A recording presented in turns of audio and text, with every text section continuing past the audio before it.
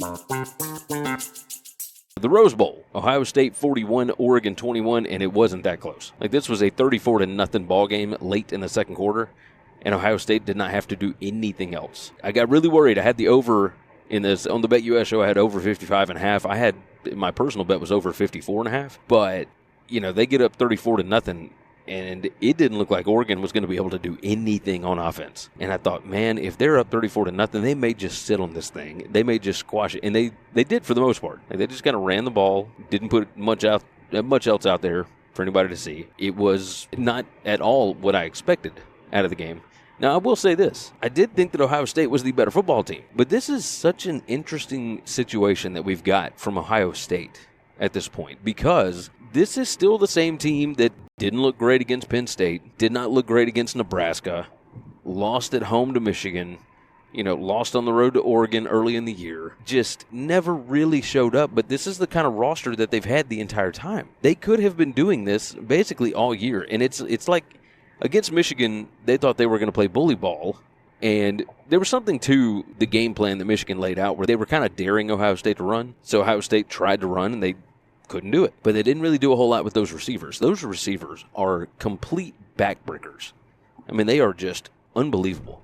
Ohio State, yardage-wise, outgained Oregon 500 yards to 276. Oregon had negative 23 rushing yards. Now, James being injured certainly hurt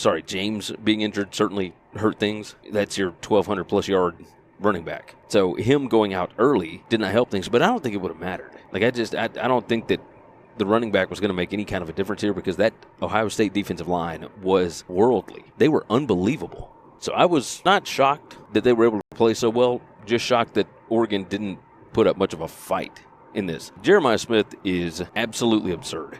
He is so good. But really, the star of this game, the MVP of this game, was that entire Buckeye defensive line. That is what set the pace for the game, because it allowed Ohio State to take shots. They didn't have to worry about playing control. They didn't have none of that. They were able to take shots against that Oregon defense. And it's not like Oregon's got a bad defense. Like, their secondary is good, but there is not a secondary on the planet that can deal with Jeremiah Smith and Egbuka and Tate and all. I mean, it's too many good wide receivers. So Ohio State, like, this is their tournament to win. Like, I don't think there's another team left in the field that can deal with them. Now, Texas has the talent to be able to do it, but Texas is also dealing with a lot of injuries as well. But Ohio State just right out of the gate, it was 34-0 with like 7 minutes left in the second quarter. I mean, it was just an absolute beating of epic proportions. So cheers to Ohio State for getting that done. So now you have Ohio State against Texas in the Cotton Bowl. And in the Orange Bowl, you have Penn State against either Georgia or Notre Dame, which will be played later today. And it'll be played right before the Ole Miss-Duke game.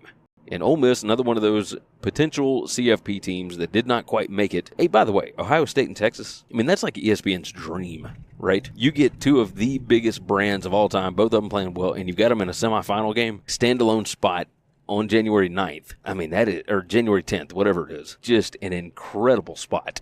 And there are going to be so many eyeballs on that game. So cheers to ESPN for, I would imagine, getting what they hoped for.